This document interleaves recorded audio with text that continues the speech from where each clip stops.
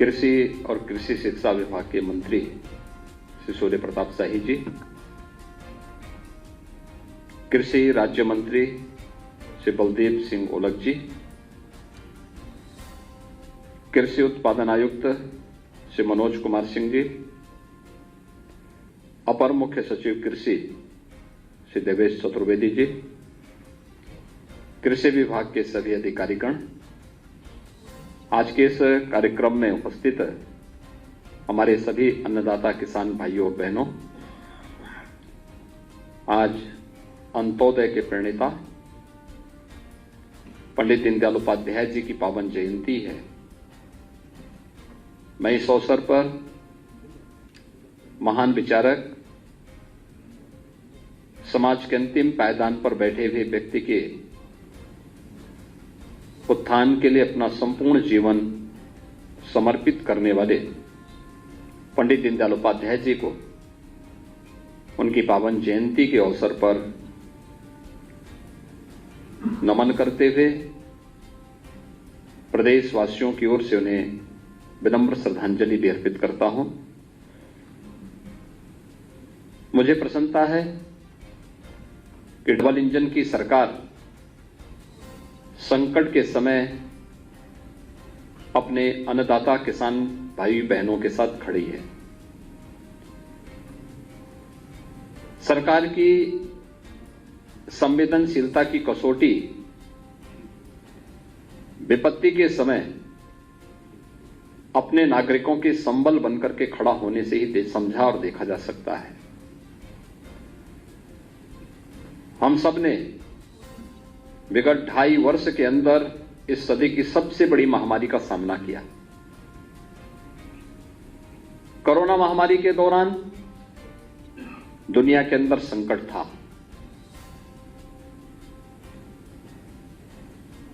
हर देश अपने अपने तरीके से इस बीमारी से, इस महामारी से जूझ रहा था, लड़ रहा था।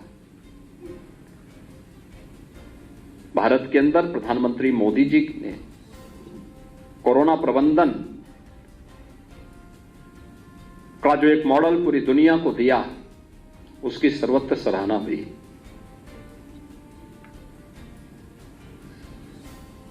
सबको टेस्ट, फ्री में टेस्ट, सबको उपचार, फ्री में उपचार, सबको टीका और फ्री में टीका, साथ साथ 80 करोड़ लोगों को देश के अंदर फ्री में राशन की सुविधा उपलब्ध करवाना, श्रमिकों को भरण पोषण भत्ता देना और अन्नदाता किसानों को प्रधानमंत्री किसान सम्मान निधि का लाभ देना। ये अकेला भारत के अंदर हो रहा था। भाइयों बहनों, दुनिया पस्त हो गई थी, लेकिन एक सेक्टर था जो कोरोना महामारी के सामने दृढ़ता के साथ खड़ा था। वह कृषि सेक्टर था, जिसने कोरोना जैसी महामारी को मात देते हुए, मैं देख रहा था, खेतों में फसल खड़ी थी, कोरोना की आहट आई, मेरे सामने भी प्रस्ताव आया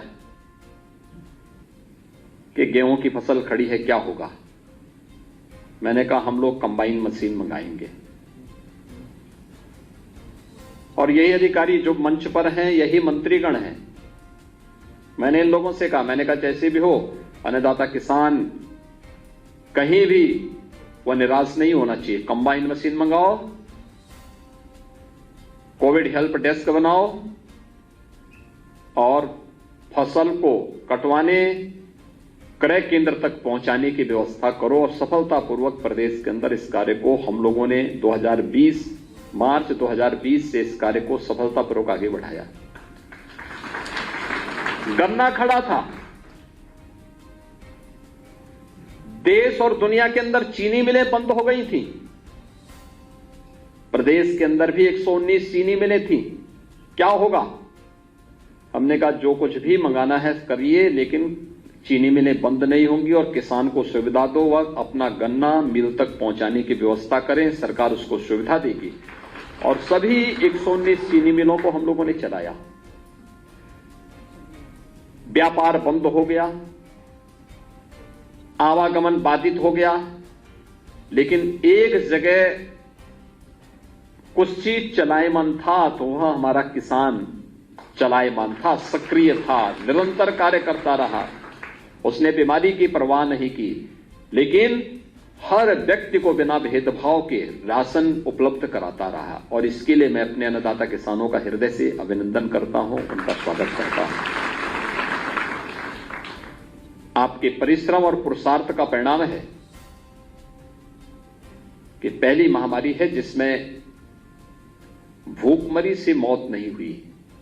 प्रधानमंत्री मोदी जी का प्रबंधन, आपका परिश्रम पर्याप्त मात्रा में खाद्यान्न उपलब्ध करवाने में योगदान दिया। और इसीलिए 2014 से लेकर के ही प्रधानमंत्री मोदी जी ने एक लक्ष्य रखा कि किसान की आमदनी को दुगना करना है। हमारा अन्नदाता किसान भारत जैसे देश में प्रकृति पर निर्भर करता है। यह संभव नहीं कि वह हर एक जगह तकनीक का उपयोग करेगा तो अधिक आमदनी कमा सकता है, लेकिन पॉली हाउस हर जगह हर फसल के लिए नहीं बन सकते। उसको मौसम पर, ग्लोबल वार्मिंग की जो चैलेंज है उसका सामना करना पड़ता है। उस सब के बावजूद रिकॉर्ड मात्रा में खाद्यान्न का उत्पादन उसके द्वारा किया गया, उत्तर प्रदेश जैसे राज्य में किया गया। और उत्तर प्रदेश के पोटेंशियल को व्यक्त किया है हमारे अन्नदाता किसानों ने। हम सब आभारी हैं। पहली बार धरती माता की भी स्वास्थ्य का परीक्षण होगा, सॉइल हेल्थ कार्ड जारी किया प्रधानमंत्री मोदी जी ने। पहली बार किसान की फसल का बीमा होगा, प्रधानमंत्री फसल बीमा योजना भी लागू हुआ। पहली बार प्रधानमंत्री कृषि सिंचाई योजना लागू होकर के लंबित कृषि सिंचाई की योजनाओं को पूरा करने में भारत सरकार योगदान देगी।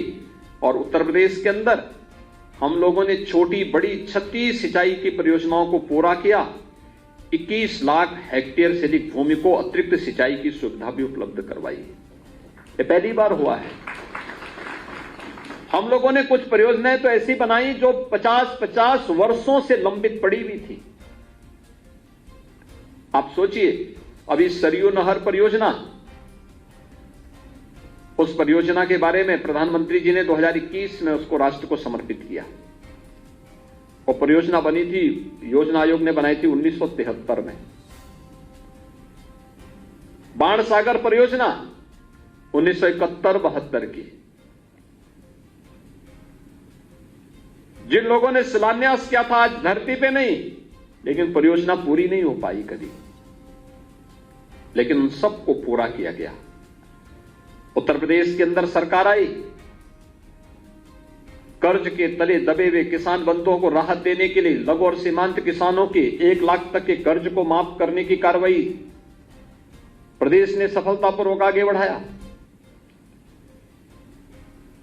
प्रोक्यूरमेंट के सेंटर खोलेंगे हम, मीडिएटर के माध्यम से नहीं बल्कि सीधे किसान से क्रय करेंगे। यह सुविधा प्रदेश के अंदर हुई। आजादी के बाद भले ही 1967 में एमएसपी की घोषणा हुई हो, लेकिन एमएसपी का लाभ पहली बार किसान को मिला। यह प्रधानमंत्री मोदी जी के कारण संभव, और लागत का 1.5 गुना दाम मिलेगा। यह पहली बार हुआ है। और यह पहली बार हो रहा है जब एक कॉमन किसान भी जान सकता है कि शासन की योजनाएं क्या होती हैं। ये सोलर पंप, अब तक हम लोग 27,000 किसानों को सोलर पंप उपलब्ध करा चुके हैं। 30,000 किसान को हम लोग सोलर पंप उपलब्ध कराने के कार्यक्रम का शुभारंभ भी आज यहां पे कर रहे हैं।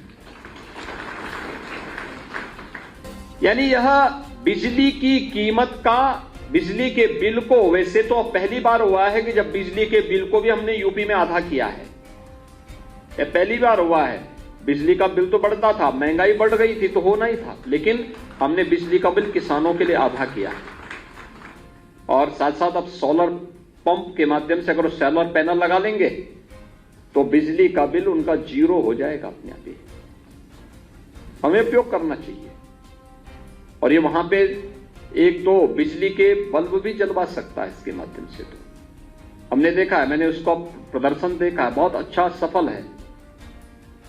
मैंने जो मॉडल देखा था 5 किलोवाट का देखा था, बहुत सफल और काफी पानी देता है, पर्याप्त पानी देता है।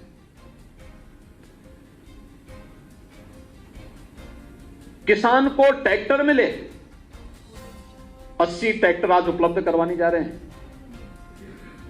ऐसे ही इस सीजन में इंद्र भगवान की कृपा कुछ गड़बड़ा रही है और मैं देख रहा था 62 जनपद हमारे ऐसे जहां पर समय पे बारिश नहीं हुई और इसीलिए हम लोगों ने उनका सर्वे करने के आदेश भी दिए। वहां पर हम लोगों ने दलहन, तिलहन और सब्जी के बीज उपलब्ध करवाने के लिए आदेश उपलब्ध कराए थे। आज ये बीज उपलब्ध करवाए जा रहे हैं। लेकिन पिछले कुछ समय से आपने देखा होगा, पिछले 10 दिन से अतिवृष्टि से भी काफी नुकसान हुआ है। जो फसल खड़ी हुई थी उसको भी नुकसान हुआ है।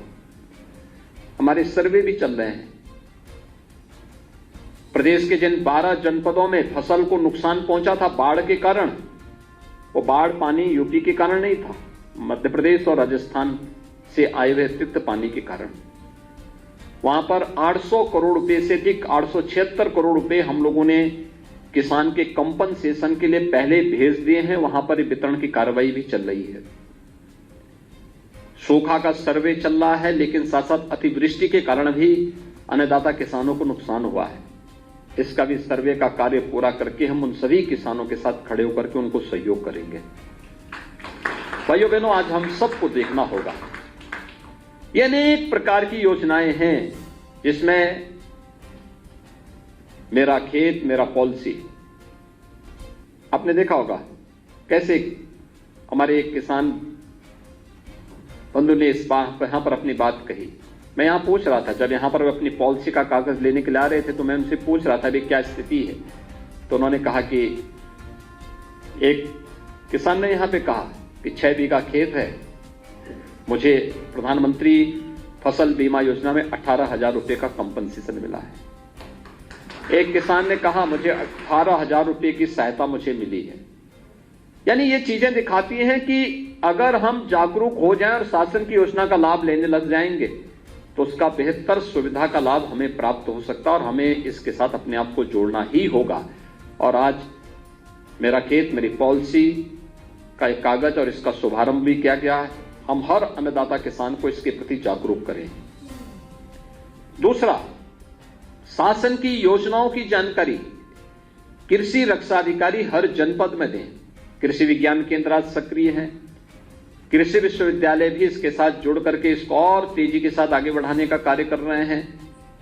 पीएम कुसुम योजना के अंतर्गत सोलर पैनल अधिक से अधिक उपलब्ध करवाने की कार्रवाई की जा रही है और हम लोगों ने इस बात को भी सुनिश्चित किया है कि किसी भी अन्नदाता किसान को कहीं भी कोई समस्या न आने पाए, किसी प्रकार का कोई संकट न आने पाए।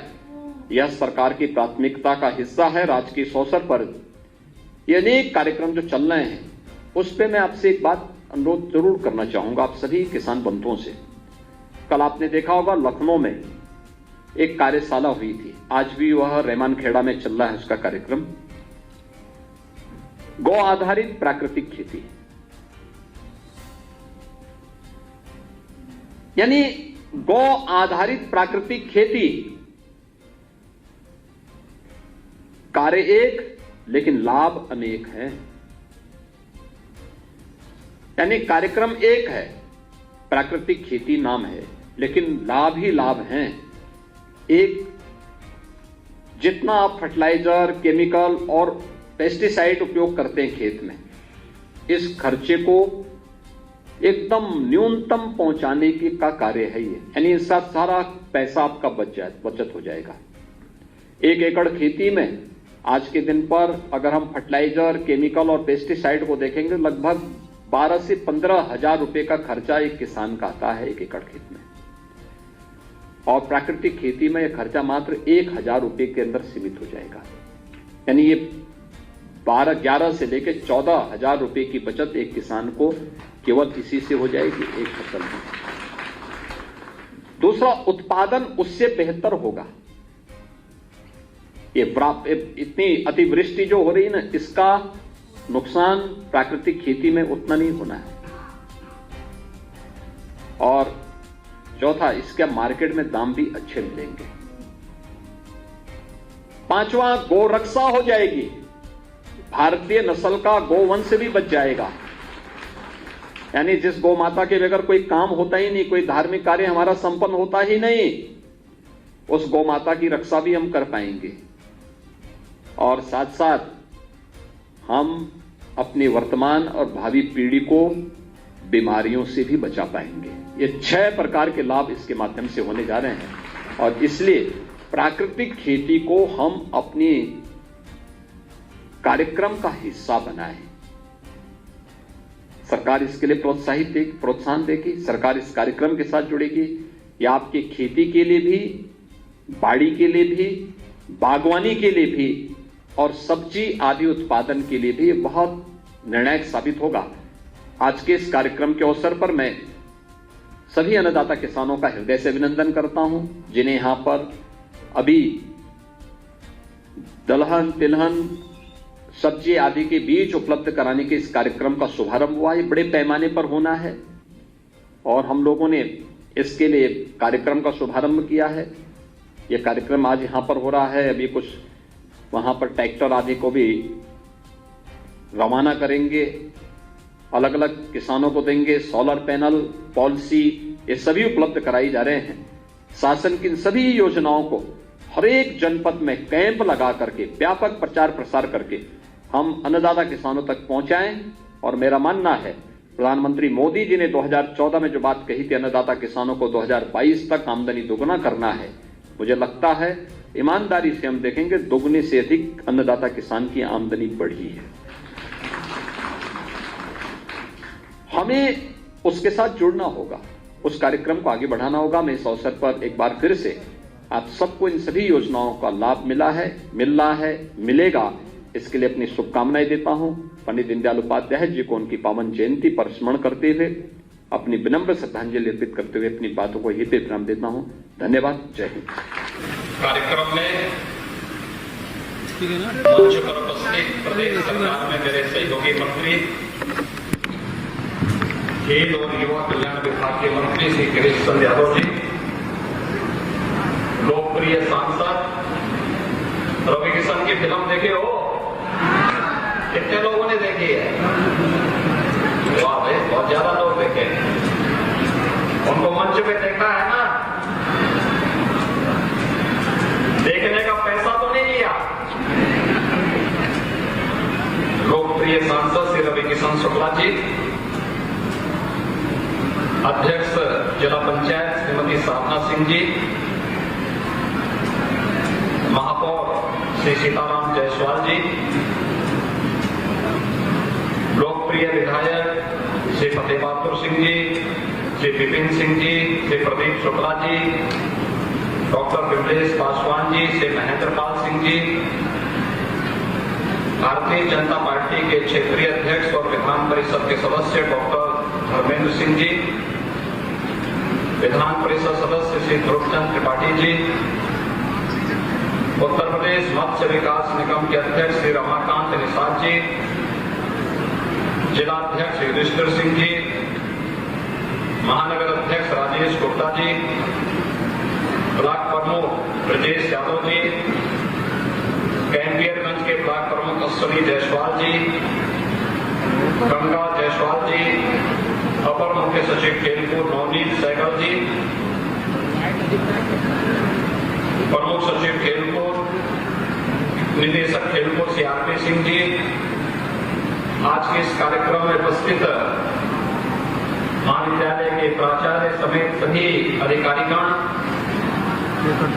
इस क्षेत्र के सभी हमारे प्रमुख कार्यकर्तागण, श्री महेंद्र मिश्र जी, मृत्युंजय सिंह जी, मधुसूदन मिश्र जी, पूर्व प्रमुख गोरख सिंह जी, विजय शंकर यादव जी और भारी संख्या में यहाँ पर उपस्थित सभी इस क्षेत्र के सभी भाइयों बहनों, विद्यालय के सभी छात्र छात्राएं, प्यारे बच्चों, आज शारदीय नवरात्रि का पहला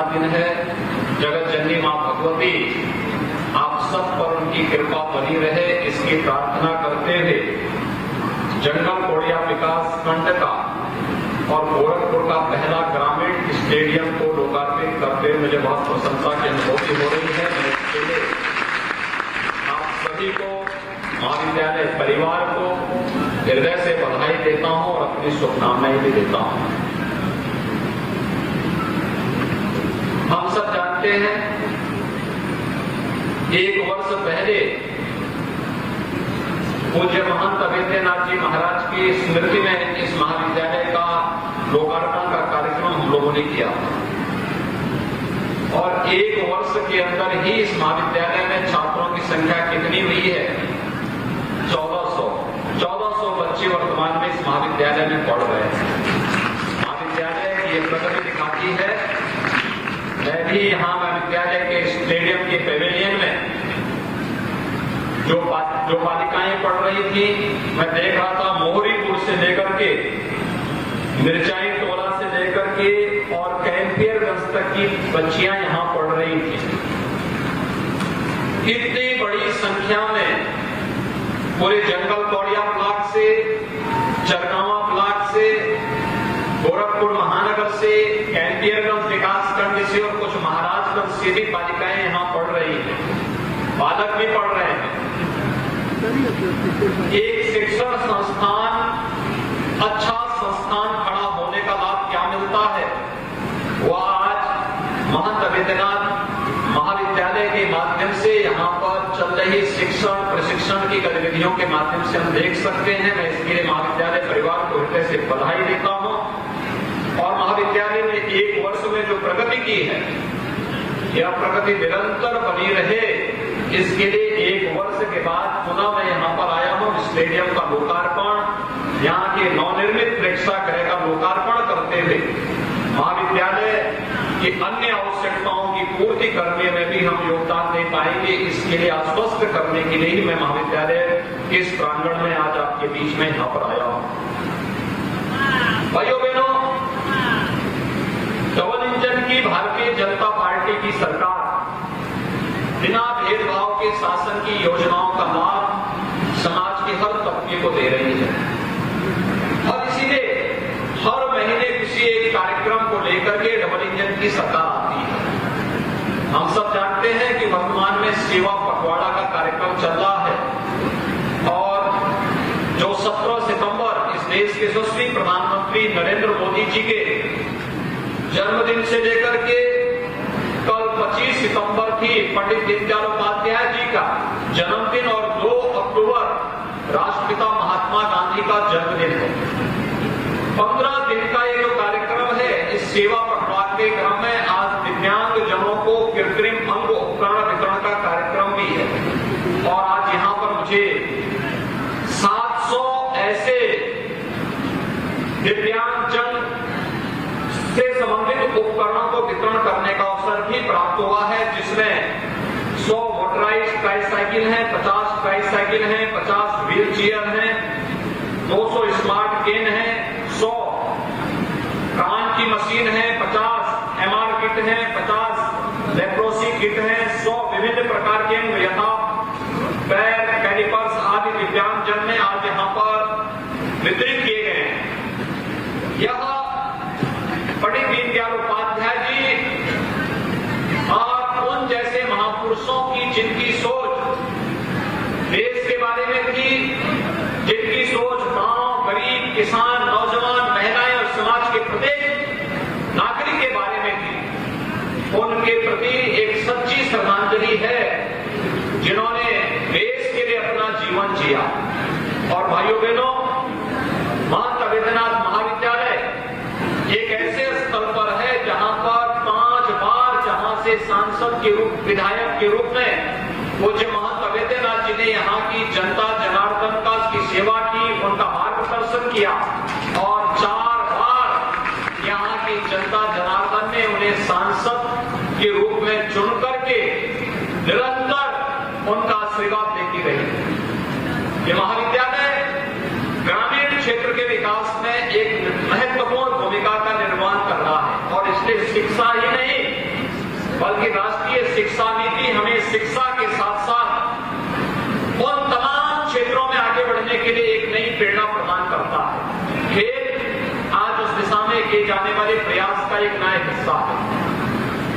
वैश्विक मंच पर देश की सामर्थ्य का प्रदर्शन करता है हमारा खिलाड़ी।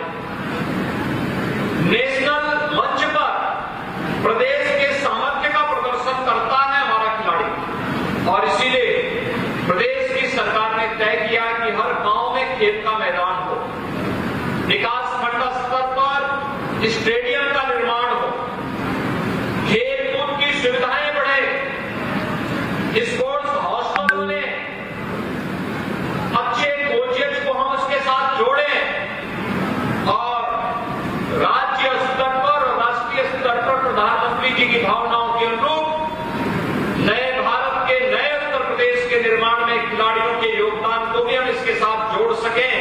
इस कार्यक्रम को आज आगे बढ़ाने के लिए मैं स्वयं जंगल कोडिया के सरसुलपुर चकिया गांव में आपके बीच में आया हूं, जहां पर इस महाविद्यालय में शारदीय नवरात्रि की पहली तिथि आज जगतजननी मां भगवती की उपासना का क्रम शुरू होता है और मां दुर्गा के जो 9 रूपों की पूजा होती है, पहला रूप शैलपुत्री के रूप में जगतजननी मां भगवती की पूजा प्रत्येक सनातन हिंदू धर्मावलंबी करेगा।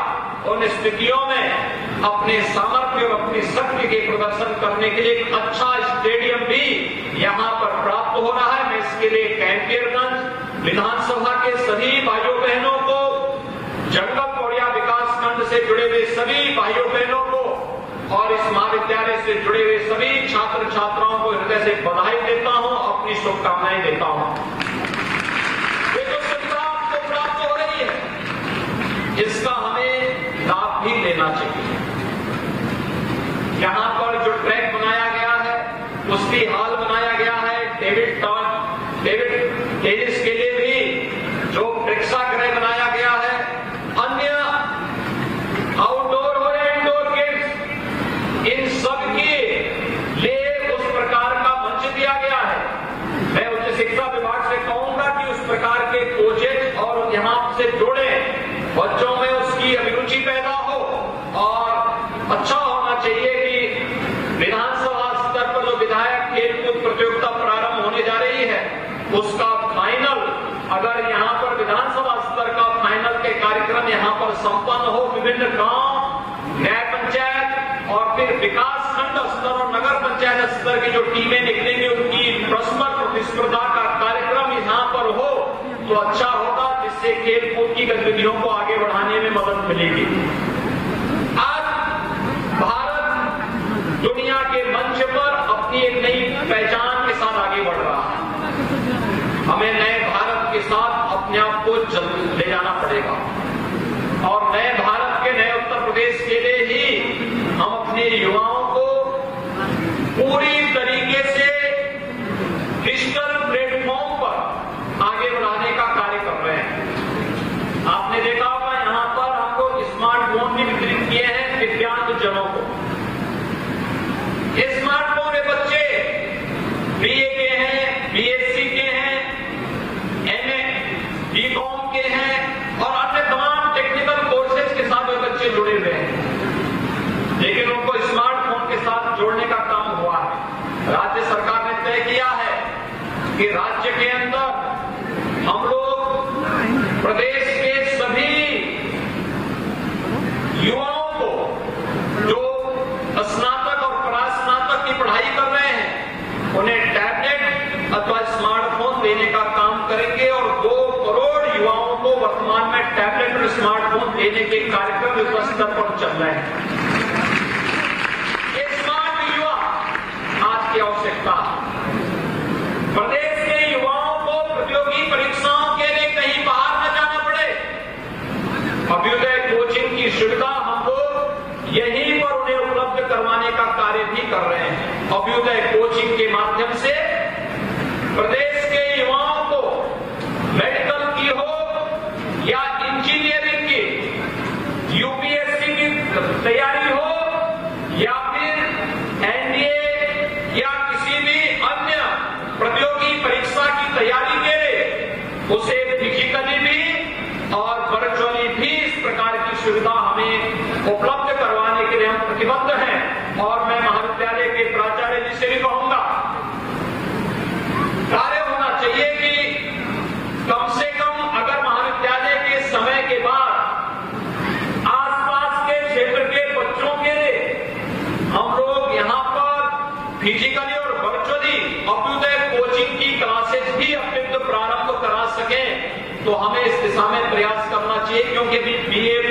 बीकॉम के सेकेंड ईयर के बच्चे यहाँ पर होंगे।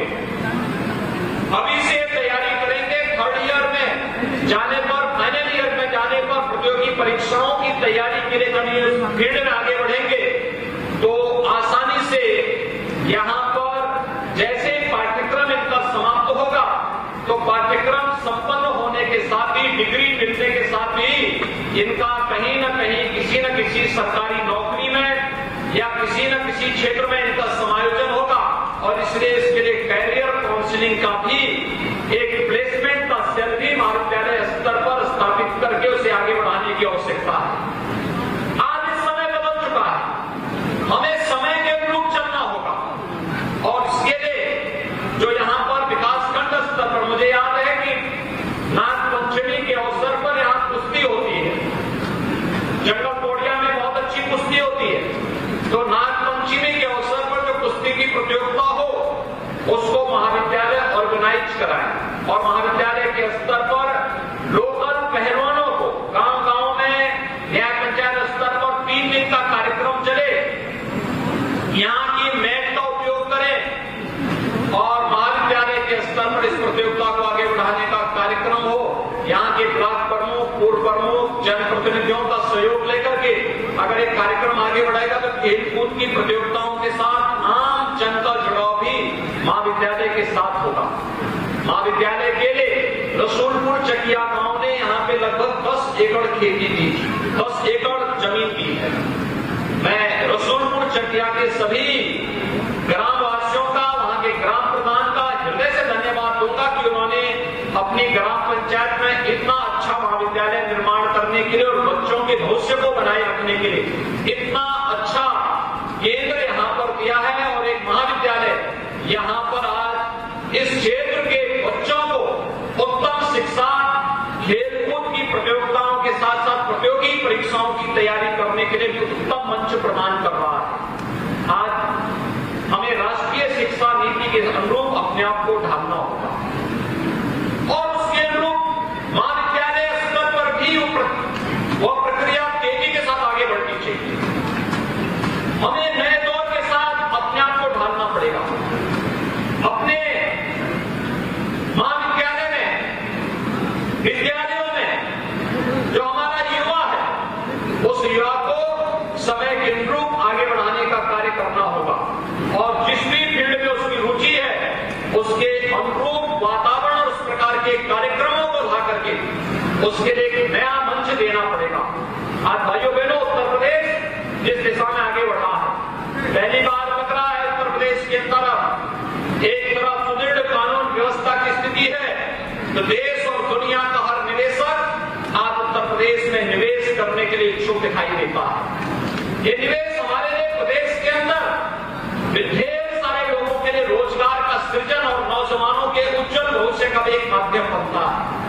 इंफ्रास्ट्रक्चर डेवलपमेंट के बड़े बड़े कार्य हो रहे हैं। आज से 8 साल पहले, 7 साल पहले क्या स्थिति थी? एक वीरानी सी थी। जो उद्योग थे वे भी बंद हो रहे थे, लेकिन विगत 8 वर्ष के अंदर प्रधानमंत्री मोदी जी के विजन के अनुरूप जो कार्य प्रारंभ हुआ, आज गोरखपुर में सायकाल आप देखेंगे फर्टिलाइजर की लाइट जगमगाती हुई आपको दिखाई देती होगी और गोरखपुर का फर्टिलाइजर कारखाना नए भविष्य को हमारे युवाओं का ध्यान आकर्षित करता है। एक उत्तम स्वास्थ्य का एक केंद्र पूर्वी उत्तर प्रदेश के गोरखपुर में बन चुका है। जंगल कौड़िया से लेकर के सहजनमा के बीच बना बाईपास इंफ्रास्ट्रक्चर डेवलपमेंट का एक नया मॉडल है। गोरखपुर महानगर से लेकर के सुनौली तक 4 लेन की बन रही है सड़क, अब 6 लेन में बदल रही है। इंफ्रास्ट्रक्चर का एक नया मॉडल दे रहा है। गांव-गांव की सड़कें, मुझे याद है जब 1993-94 में इस क्षेत्र में मुझे पहली बार आने का अवसर प्राप्त हुआ था, तब मैं उस समय देखता था सड़कें नहीं थी, गांव-गांव में कच्ची सड़कें थी। बरसात के समय जीप नहीं चल पाती थी, गाड़ी नहीं चल पाती थी, ट्रैक्टर से खिंचवाना पड़ता था।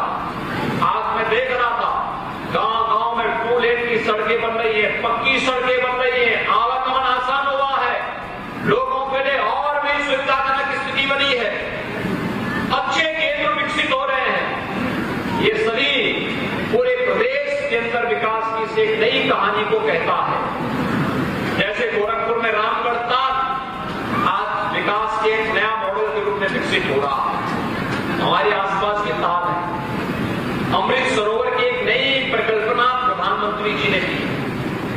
जिला पंचायत के माध्यम से, क्षेत्र पंचायत के माध्यम से, ग्राम पंचायत के माध्यम से, मनरेगा के अतिरिक्त धनराशि लेकर के, अन्य धनराशि को सीएसआर से भी मांग करके हमें रामगढ़ ताल की तर्ज पर आपको इस क्षेत्र में इन तालाबों के विकास और जल संरक्षण के नए केंद्र के रूप में विकसित करना होगा। ये तालाब बनेंगे तो जैसे रामगढ़ ताल में रवि किशन जी अपनी फिल्म की टीम को लेकर के वहां पे शूटिंग करवाते हैं, ऐसे ही फतेह बहादुर जी भी और ब्रजेश यादव भी यहाँ पर फिल्म की टीम लेकर के स्वयं शूटिंग करते हुए दिखाई देंगे और हम लोगों को भी इस कार्यक्रम के साथ जुड़ना होगा। कला का सम्मान होना चाहिए, उसका प्रोत्साहन होना चाहिए। बहुत सारे कार्यकर्ता ग्रामीण क्षेत्र में अच्छा गाते हैं, मंच नहीं मिल पाता। रवि किशन तो मुंबई भाग गए होंगे, पिता ने पिता होगा पढ़ाई करने के लिए बोला होगा, पिटाई की होगी, मुंबई भाग गए और बाद में शूटिंग करते करते भोजपुरी के सुपरस्टार बन गए। देखिए, रिस्क लेने की जो आदत होती है तो व्यक्ति कुछ भी कर सकता है और उन्होंने इस क्षेत्र में रुचि थी, पढ़ाई में तो कम ही रुचि रही होगी और इसलिए फिल्मों में रुचि थी तो आज वह भोजपुरी के सुपरस्टार बनकर के छा गए। भोजपुरी का मैं इसीलिए प्रारंभ में पूछा था आप लोगों से कि कितने लोगों ने भोजपुरी स्टार की फिल्म देखी है और मुझे लगता है कि आप में से सभी लोगों ने उनकी फिल्म देखी है। फिल्में कैसे लगते हैं? वो अच्छे लगते हैं, अच्छे लगते हैं। तो इसीलिए रवि किशन की इन फिल्मों को देखने का अवसर आपको मिला। रवि किशन जी ऐसे फिल्मों को प्रोत्साहित करने का कार्य आपके गांव में अमृत सरोवर के तट पर भी आपके साथ कर सकते हैं। बशर्ते आप अपने गांव को स्वच्छ और सुंदर बनाए रखें। आज से शारदीय नवरात्रि प्रारंभ हो रही है, 4 अक्टूबर को विजयादशमी भी है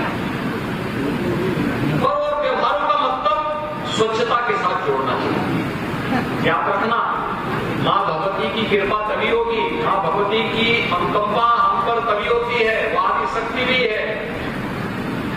आदि दुर्गा के रूप में हम उसकी पूजा करते हैं, महाकाली, महासरस्वती और महालक्ष्मी के रूप में भी हम उसकी पूजा अनुष्ठान करते हैं। उसकी कृपा तभी होगी जब स्वच्छता होगी। अपने गांव को साफ सुथरा रखना,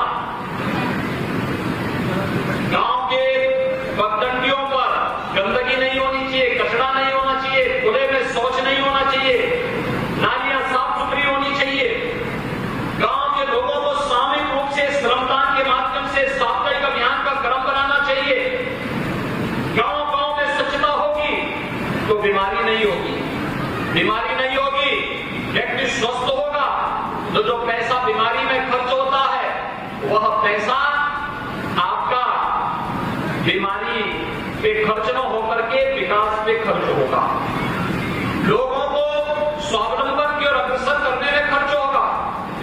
आज गांव में एलईडी स्ट्रीट लाइट दिखाई दे रही है, ये इसलिए जिससे गांव अच्छा लगे, नगर अच्छा लगे और तभी जब हम इस माह में स्वच्छता के कार्यक्रम को विशेष प्राथमिकता के साथ लेंगे तभी तो इंसेफ्लाइटिस जैसी बीमारी का भी समाधान हुआ है। अगर वही गंदगी होती तो मस्तिष्क ज्वर से हजारों मौतें होती थी बीआरडी मेडिकल कॉलेज और आसपास के जनपदों में। आज मौत 0 पे पहुंच गई है और इसीलिए आप सभी गांवों में साफ सफाई का ध्यान रखेंगे। सभी लोग हाथ करके उठा करके मुझे बताएंगे नवरात्रि में गांव में स्वच्छता का अभियान चलाएंगे। सभी छात्र छात्राएं भी और गांव के आए हुए लोग भी, हर गांव में स्वच्छता का अभियान चलना चाहिए और फिर पर्व शांतिपूर्ण तरीके से पर्व और त्योहार भी मनाया जाना चाहिए।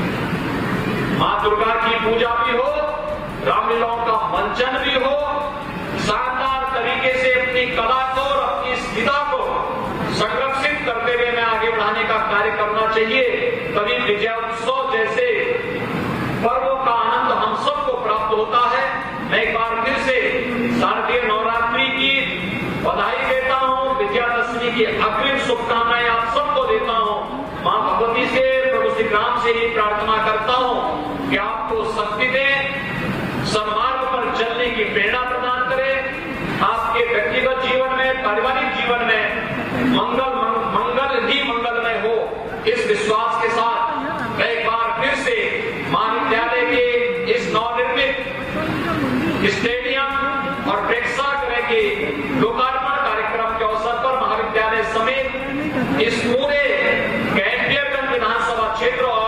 गोरखपुर जनपद के ग्रामीण क्षेत्र का पहला स्टेडियम है। गोरखपुर ग्रामीण क्षेत्र के सभी नागरिकों को हृदय से बधाई देता हूं। धन्यवाद।